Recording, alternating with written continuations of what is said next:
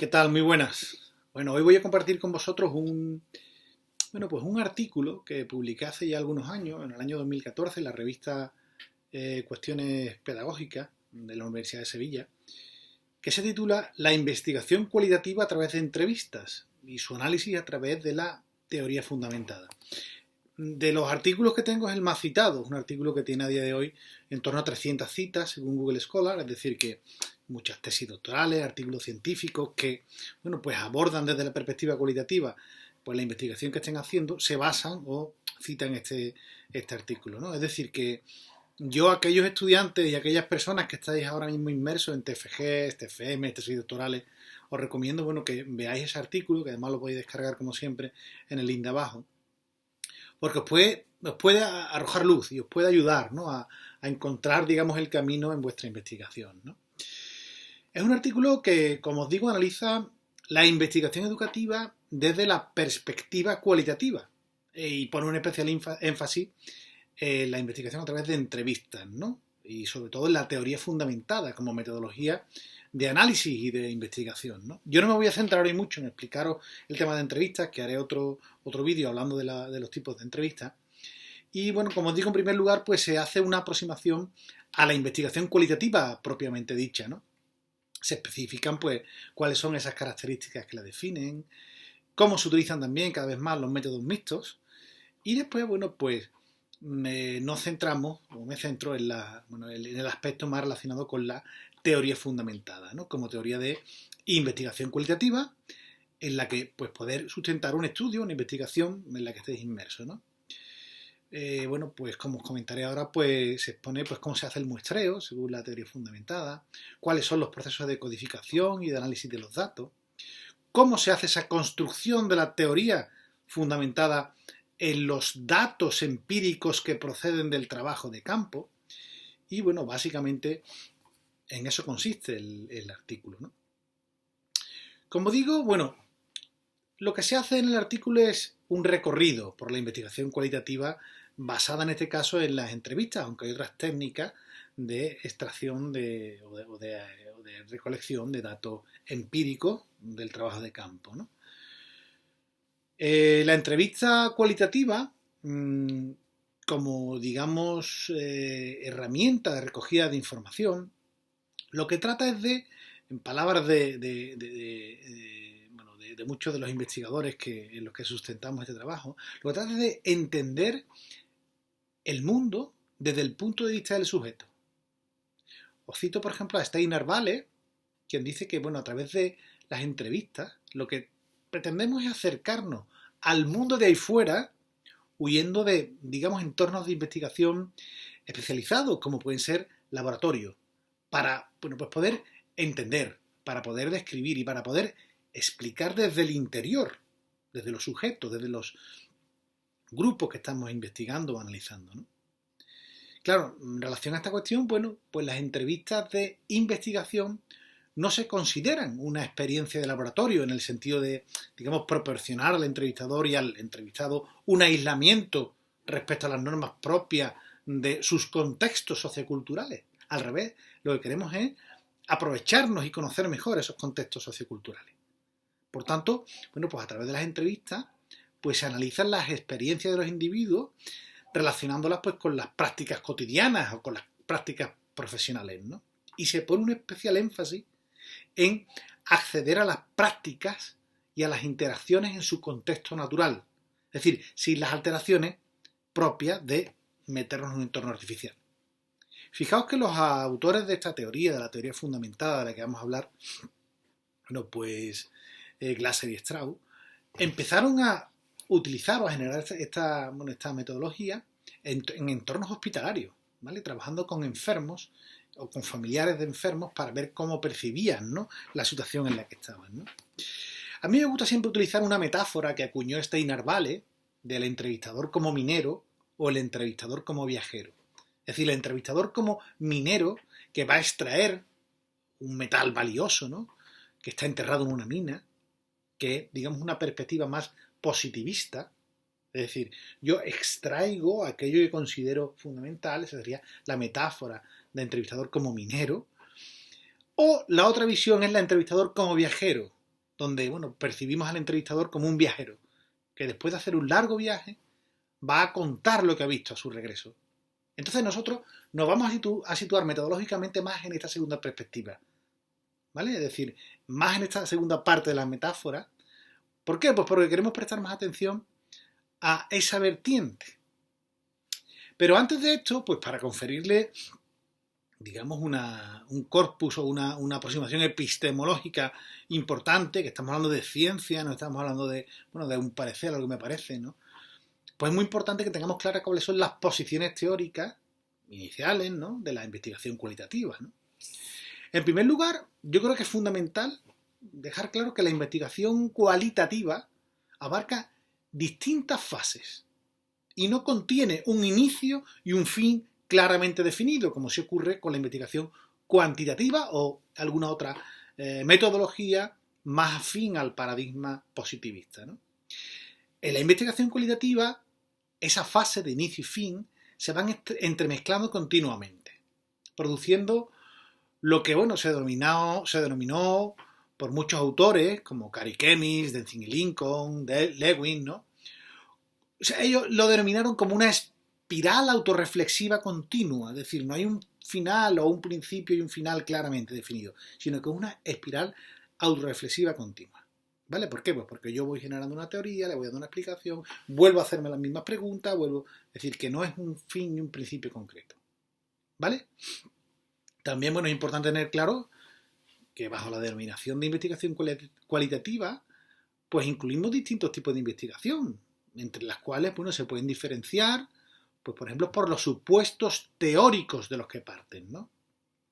Autores como Flick, que es una referencia en investigación, bueno, sostiene que se pueden resumir en tres esas posiciones teóricas iniciales, que serían el interaccionismo simbólico, la etnometodología y el estructuralismo, ¿no? El primero, es decir, el interaccionismo simbólico, se interesa por los significados subjetivos que los individuos dan a los objetos de estudio, ¿no? Por tanto, su interés se va a focalizar en los procesos de interacción, ¿ok? Es decir, que la mayor parte del interés se va a focalizar en esos procesos de interacción. Y esa investigación, que tiene raíz en el interaccionismo simbólico, se basa en el simbolismo que tienen las interacciones sociales. Por otra parte estaría, como digo, la etnometodología, ¿no?, que va a poner el foco en la cotidianidad, es decir, las cuestiones cotidianas, en el modo en que se van generando cotidianamente esas experiencias, es decir, se va a interesar por cómo las personas producen los procesos de interacción social. Y por último, pues estaría pues el modelo estructuralista psicoanalítico, ¿no?, que se va a basar en los procesos inconscientes, tanto desde el punto de vista psicológico como social. Como hoy vamos a hablar de la investigación cualitativa y de su aproximación desde la teoría fundamentada, bueno, pues yo me centraría sin duda en el interaccionismo simbólico, ¿no?, que es la posición teórica que más se adapta a la investigación centrada en la teoría fundamentada, ¿no?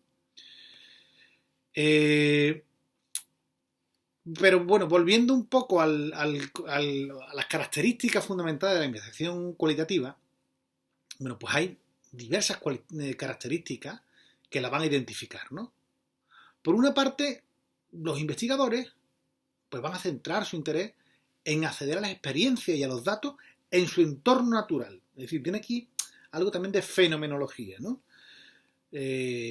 Por tanto, bueno, es crucial tener eso presente, ¿no? No queremos hacer una situación de laboratorio, como decía antes, sino acceder a las experiencias y a los datos en su entorno natural. Es decir, si yo voy a investigar cómo se produce un proceso de enseñanza-aprendizaje en un barrio de exclusión social determinado, pues lo que voy a hacer es irme allí y ver cómo se producen esos procesos, ¿no?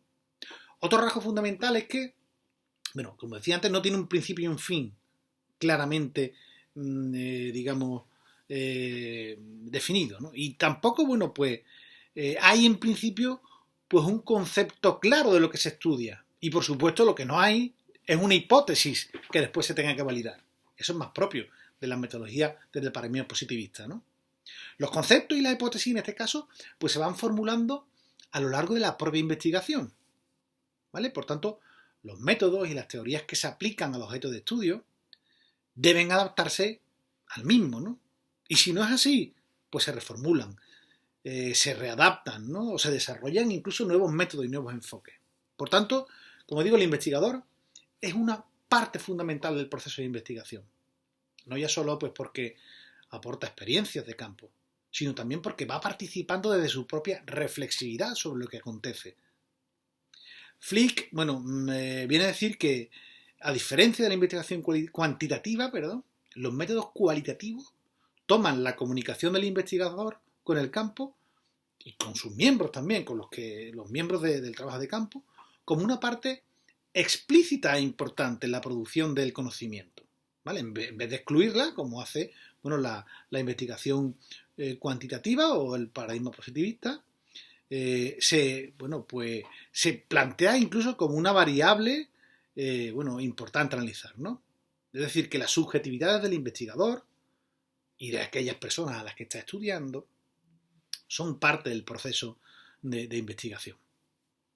Las reflexiones que hace el investigador sobre sus acciones, las observaciones que hace en el campo, sus impresiones, sus, accesos de irritación, sus sentimientos, se van a convertir en datos de propio derecho dentro de la investigación y va a formar parte de la interpretación.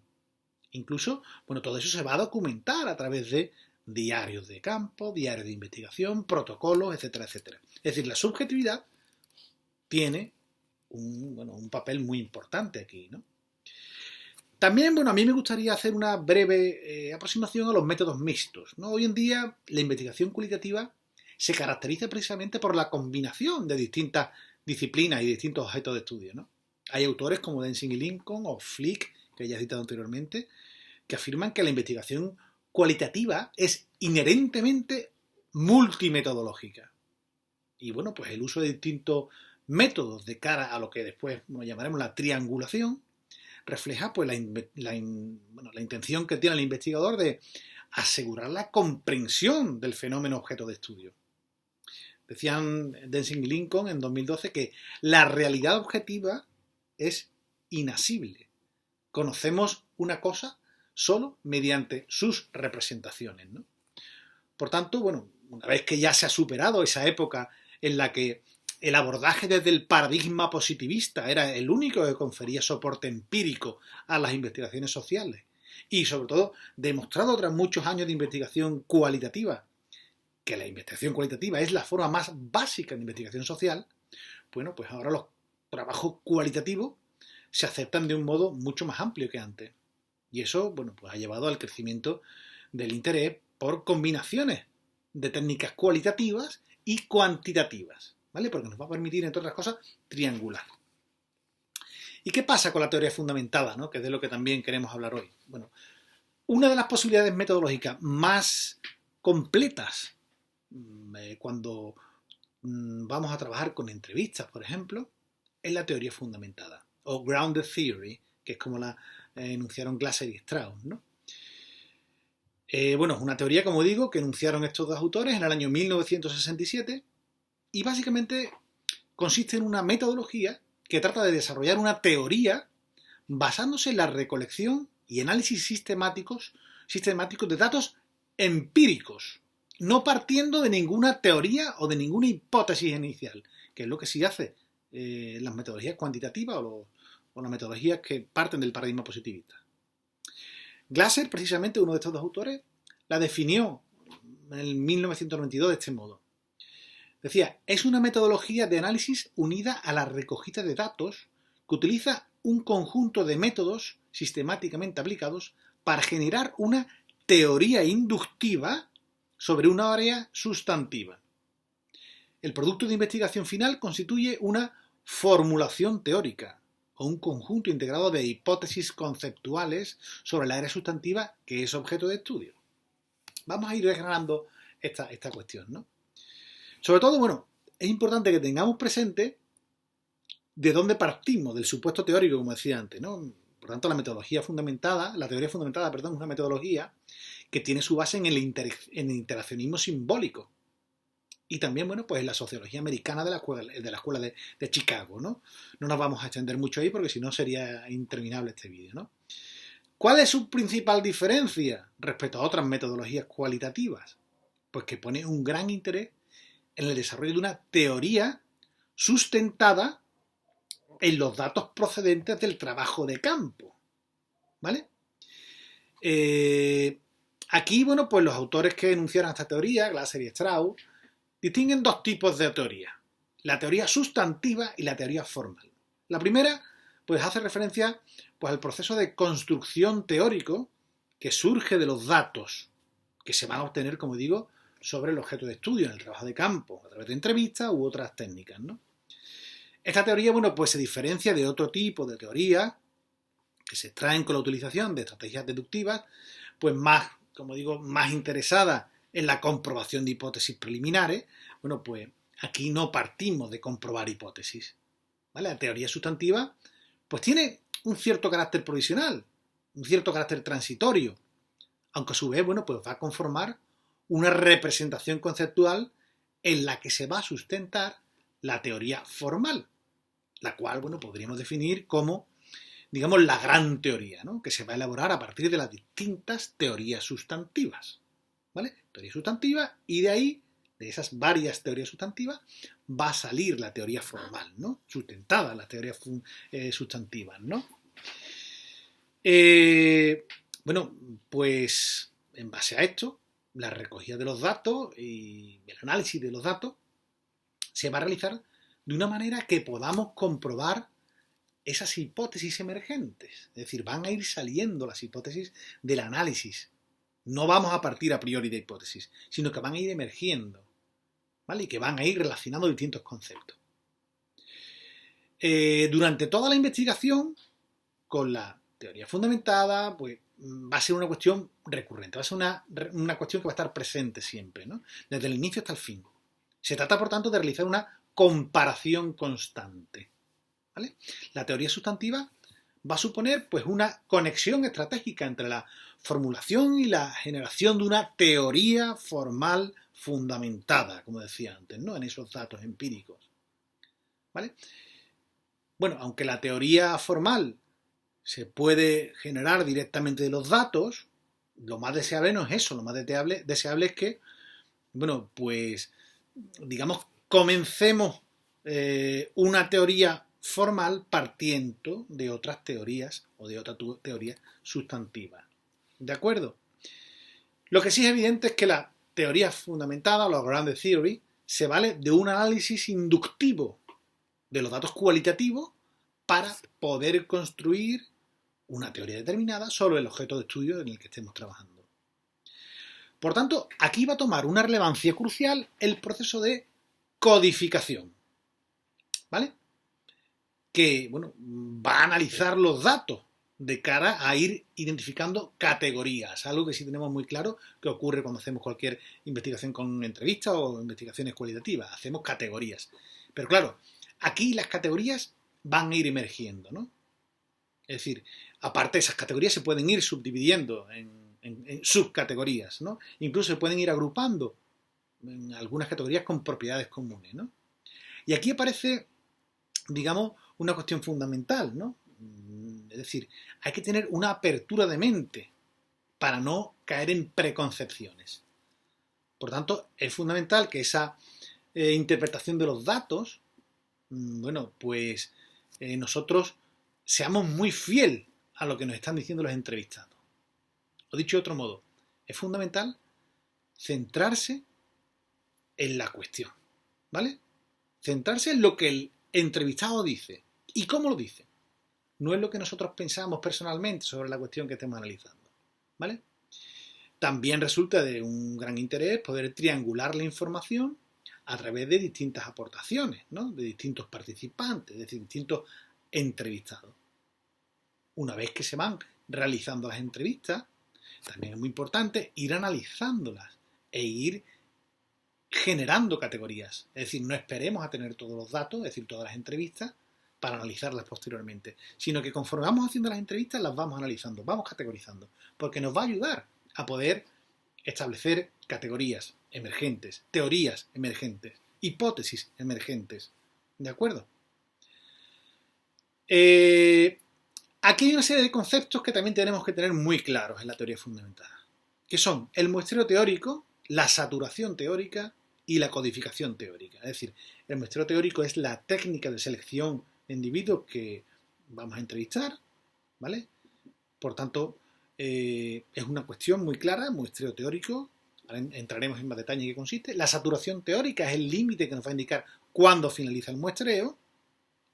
Y la codificación teórica, que es la técnica para poder interpretar los textos y los procedimientos de categorización de datos, ¿no? Cuando digo los textos me refiero a los textos de la transcripción de las entrevistas, ¿no? Bueno, vamos a empezar por el muestreo teórico y la saturación teórica, ¿no? Como digo, el tipo de muestreo que se realiza cuando nos basamos en la teoría fundamentada se denomina así, muestreo teórico, ¿no? En este muestreo, el número, los rasgos de la población no se conocen a priori. Tampoco conocemos el tamaño de la muestra, ¿vale? La estructuración de la muestra se realiza, digamos, gradualmente a lo largo del proceso de investigación y no se realiza según criterios de representatividad, sino según la relevancia de los casos, ¿vale? Ese es un tipo de muestreo que desarrollaron Glaser y Strauss y supone, bueno, pues que la elección de los casos, de los grupos, de los individuos a estudiar, se produce durante el proceso de interpretación de los datos. Ellos lo definían del siguiente modo. Decían, el muestreo teórico es el proceso de recogida de datos para generar teoría por medio del cual el analista recoge, codifica y analiza sus datos conjuntamente y decide qué datos recoger después y dónde encontrarlos para desarrollar su teoría a medida que surge. Es decir, el muestreo teórico en este caso no se basa en los criterios que son más propios del muestreo estadístico, ¿no? La representatividad de la muestra pues no se adquiere mediante el muestreo aleatorio o el muestreo estratificado, sino que los individuos se van a ir seleccionando dependiendo de las expectativas que nos generan de que nos vayan a aportar, digamos, nuevas ideas en relación con la teoría que estamos desarrollando. Por tanto, hay posibilidades infinitas de incorporar nuevos sujetos, nuevos casos, nuevos entrevistados, por lo que resulta fundamental, bueno, pues poder definir criterios para limitar la muestra.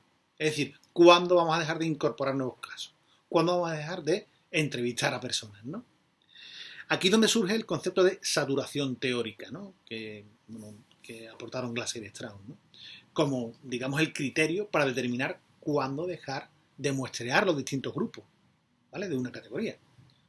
¿Saturación qué significa? Pues que ya no se hallan nuevos datos a través de los cuales se puedan desarrollar más cuestiones, ¿vale? Es decir, la incorporación de nuevos materiales, de nuevos datos, se acaba, según este concepto que os digo, cuando ya no emerge nada nuevo. Otra forma de decirlo pues podría ser que la saturación teórica es el punto al que se ha llegado cuando la información recogida resulta sobrada con relación a los objetivos de investigación que nos planteamos, ¿no? Es decir, que hagamos nuevas entrevistas no añaden pues nada relevante a lo conocido ya, ¿no? ¿Qué preguntas debemos responder, ¿no? Cuando vamos a seleccionar entrevistados, cuando vamos a hacer ese muestreo, ¿no? Primero, ¿quiénes tienen la información relevante? Después, ¿quiénes son más accesibles físicamente y socialmente? Es decir, entre esas personas que tienen la información relevante, que sería el punto 1, ¿quiénes son más accesibles? Después, ¿quiénes serían los que están más dispuestos a informar? Es decir, entre esos que están informados y que son accesibles, ¿quiénes tienen, digamos, la disposición o quiénes están dispuestos a informar? Y por último, ¿quiénes son los más capaces de comunicar la información con precisión? Es decir, entre los informados, accesibles y dispuestos, ¿quiénes son más capaces de comunicar, ¿no?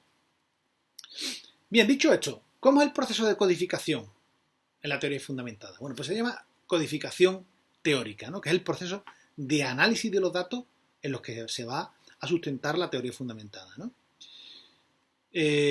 Lo que se va a hacer es interpretar los textos que proceden de las transcripciones de las entrevistas, ¿no? Y van a ser, digamos, una piedra angular en la que podamos después basarnos para decidir qué datos se analizan, qué datos se van a codificar, según los distintos procesos de codificación que se utilizan en la codificación teórica, que son 3, ¿vale? La codificación abierta, la codificación axial y la codificación selectiva.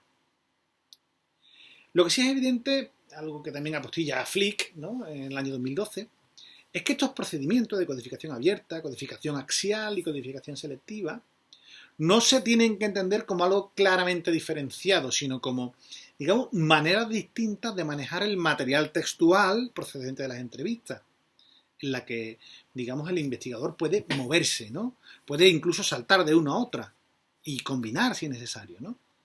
Por tanto, aquí aparece un concepto que es crucial, que es la comparación constante y, sobre todo, la asignación de códigos al material empírico, es decir, al texto procedente de las entrevistas. En ese sentido, bueno, pues tiene mucho de análisis hermenéutico, ¿no?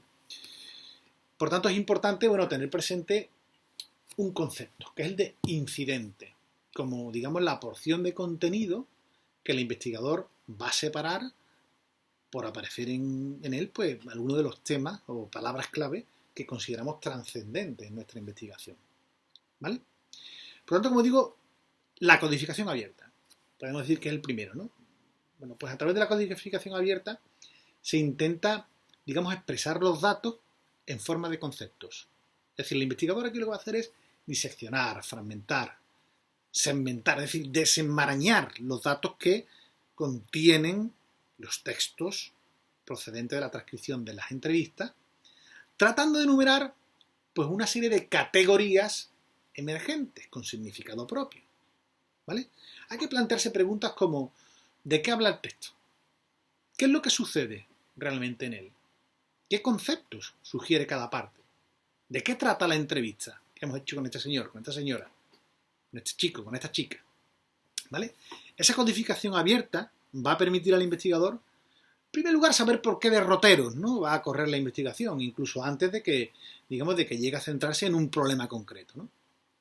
Entonces, bueno, pues empieza a codificar los datos en función de las distintas categorías que, como digo, van surgiendo, codificándolas, digamos, en tantas categorías como sea posible, ajustando esas nuevas categorías que emerjan a las ya existentes, si es posible, claro. En definitiva, se trata de clasificar las expresiones que aparecen en el texto según unidades de significado, que pueden ser palabras individuales, secuencias de palabras, es decir, para poder ir asignándole anotaciones y conceptos, es decir, códigos. Por tanto, bueno, no es necesario o no es obligatorio, digamos, aplicar esta cuestión a la totalidad del texto, sino que se puede hacer con secciones o con pasajes concretos que nos dan la nariz algo, ¿no?, que hay algo, ¿no? Aquí, en este proceso primero de codificación abierta, emergen lo que denominamos memorandos. ¿Qué son los memorandos? Pues son las anotaciones, las ideas que nos surgen sobre la teoría fundamentada en los datos que salen de las entrevistas, ¿no? Por tanto, bueno, aquí el investigador lo que va a hacer es abstraerse de los datos y reflexionar y meditar sobre los mismos, ¿vale? En definitiva, bueno, el producto de la codificación abierta tiene que ser una lista de códigos, una lista de categorías asignadas al texto de las entrevistas. ¿De acuerdo? Ya tenemos una primera categorización. Entonces sería una lista de categorías. Posteriormente, bueno, pues abordamos el proceso de codificación axial, que es el siguiente paso después de la codificación abierta, ¿no? ¿En qué consiste la codificación axial? Pues supone filtrar las categorías que han surgido en el paso anterior.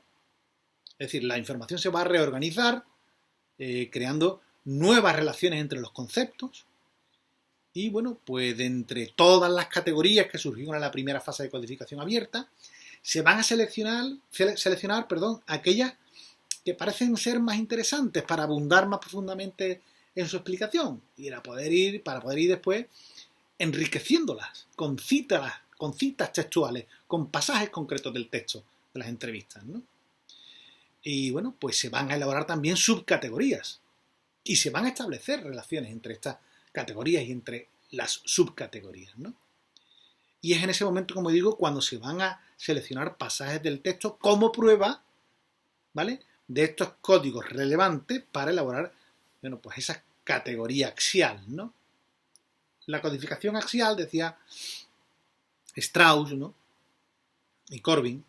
Fijaos que, bueno, Glasser y Strauss elaboraron la teoría, pero después, digamos, se pelearon y empezaron, bueno, pues a publicar con otras personas. En este caso, Glasser y Strauss y Corbin, en el año 90 decían que la codificación axial es el proceso de relacionar subcategorías con una categoría.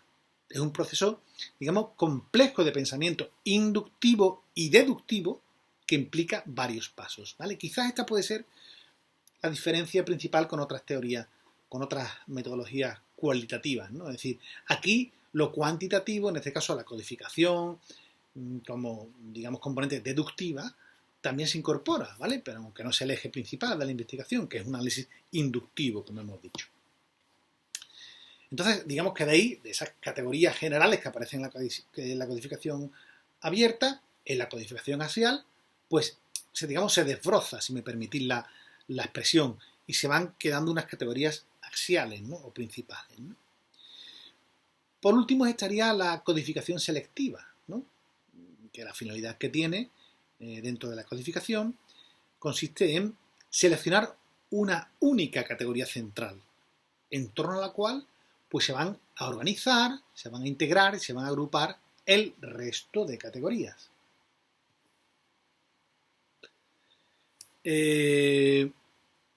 Básicamente, bueno, pues lo que se va a ofrecer es, bueno, la posibilidad de dar una explicación en la que, bueno, se va a enjuiciar el fenómeno central de investigación, ¿vale? Se ofrece, digamos, una panorámica general del caso, cuyo resultado pues va a ser, como digo, una categoría central sobre la cual se van a desarrollar pues los rasgos, las dimensiones que van a ir asociándose con las demás categorías, ¿no?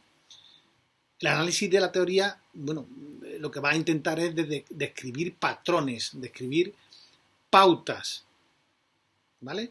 Es decir, dentro de los datos que se han ido estableciendo, que se han ido extrayendo, bueno, ¿cuáles son las principales o la principal cuestión, ¿no? Se suelen decir expresiones como en estas condiciones, enumerándolas, ¿no? Esto es lo que sucede. Mientras que en estas otras condiciones lo que ocurre es esto, ¿no? Es decir, nos planteamos cuestiones como ¿qué considero que es el problema central? ¿Qué es lo llamativo del campo de investigación? ¿Cuál es el tema central de la historia? ¿O qué temas vuelven a aparecer recurrentemente, ¿no? Por tanto, digamos que la codificación selectiva consiste en eso, en establecer esa categoría central en torno a la cual pivotan todas las demás, ¿no?